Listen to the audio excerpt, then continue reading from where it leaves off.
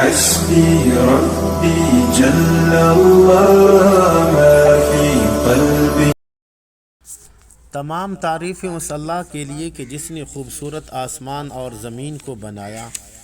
درود و سلام ہو اس عظیم ہستی پر کہ جنہوں نے دنیا کے اندر حق کا بول بالا کیا۔ محترم سامعین کرام، آج کے درس کے اندر ہم آپ کو خوش آمدید کہتے ہیں۔ السلام علیکم ورحمۃ اللہ وبرکاتہ۔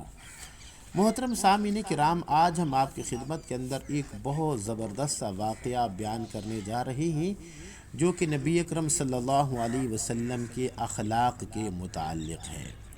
محترم سامعین کرام، یاد رکھیے اللہ رب العالمین نے آقا دو عالم کو جو اخلاق عطا فرمائے تھے، یقین جانیے قیامت کی صبح تک اس طرح کی کوئی مثال پیش نہیں کر سکتا۔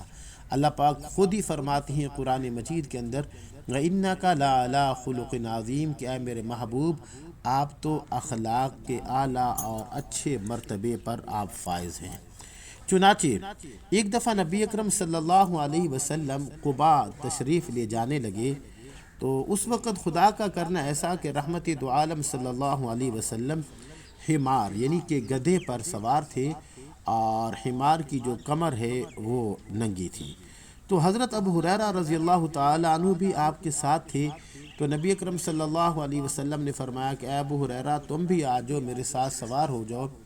تو چونکہ حضرت ابو ہریرہ کا وزن وہ ذرا زیادہ تھا تو وہ جب بیٹھنے لگے نبی اکرم صلی اللہ علیہ وسلم کے پیچھے تو حضرت ابو ہریرہ بھی گر گئے اور ساتھ میں رحمت دو عالم صلی اللہ علیہ وسلم بھی گر گئے۔ پھر اللہ کے حضور پھر حمار کے اوپر سوار ہوئے اور آپ نے پھر دعوت دی کہ اے ابو ہریرہ آ جاؤ، تم بھی میرے ساتھ سوار ہو جاؤ۔ چنانچہ حضرت ابو ہریرہ جب پھر سوار ہوئے تو خدا کا کرنا ایسا کہ دوسری مرتبہ پھر رحمت دو عالم صلی اللہ علیہ وسلم اور حضرت ابو ہریرہ گر گئے۔ تو پھر جب تیسری مرتبہ نبی اکرم صلی اللہ علیہ وسلم نے دعوت دی کہ اے ابو ہریرہ تم آ جاؤ، تم بھی میرے ساتھ سوار ہو جاؤ، تو حضرت ابو ہریرہ فرمانے لگے کہ نہیں اللہ کے حبیب، میں قسم کھاتا ہوں اس ذات پاک کی کہ جس نے آپ کو حق دے کر بھیجا ہے، تیسری دفعہ میں آپ کو نہیں گراؤں گا، لہٰذا اب میں سوار نہیں ہوتا۔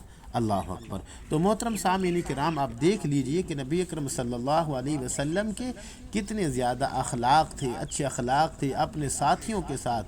احادیث میں آتا ہے کہ اللہ کے حضور جب حضرات صحابہ کرام کے ساتھ بیٹھے ہوئے ہوتے تھے تو اگر باہر سے کوئی اجنبی آ جاتا تو اس کو یہ محسوس نہیں ہوتا تھا کہ ان میں سے محمد کون ہے۔